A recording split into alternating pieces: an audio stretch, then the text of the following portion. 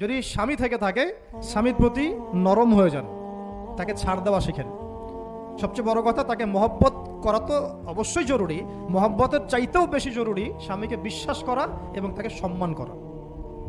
এমন কোনো কথা এবং কাজ না করা যেটা স্বামীর গায়রত বা ব্যক্তিত্বে আঘাত করে। আমি পয়েন্টটা হয়তো বোঝাতে সক্ষম হয়েছি। ভালোবাসা অনেক গুরুত্বপূর্ণ বিষয়, ঠিক আছে, কিন্তু ভালোবাসা শুধুমাত্র একমাত্র গুরুত্বপূর্ণ বিষয় নয়। আরো গুরুত্বপূর্ণ বিষয় হচ্ছে বিশ্বাস, সম্মান এবং আনুগত্য।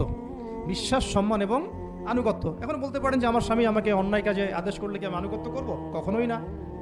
যখন স্বামী আপনাকে কোরআন সুন্নাহর দিকে আপনাকে ধাবিত করবেন, তখন আপনি তার আনুগত্য করতে বাধ্য, এবং এটা আপনার জান্নাতে যাওয়ার মাধ্যম বটে। এই হাদিসটা খুব ভালো করে মনে রাখতে হবে যে এই পৃথিবীতে কেউই আল্লাহ পাকের পরে সিজদা পাওয়ার যোগ্য না। এমনকি নবীদেরকেও আল্লাহ পাক সিজদা করতে বলেন নাই, কিন্তু সেই নবী আমাদেরকে কিন্তু বলেছিলেন যে যদি আল্লাহ পরে কাউকে আমি সিজদা করতে বলতাম, তাহলে আমি স্বামীদেরকে সিজদা করতে বলতাম। এটাকে তসলিমা নাসরিন স্টাইলে বুঝলে হবে না।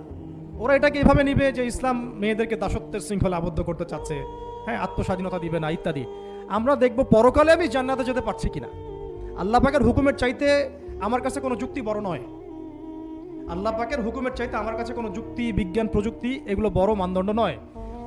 শুধুমাত্র স্বামীর আনুগত্য, বিশ্বাস, সম্মানের বদৌলতে দেখা যায় যে পুরোটা জীবন এই বেচারা আপনার জন্য ঢেলে দিবেন স্যার।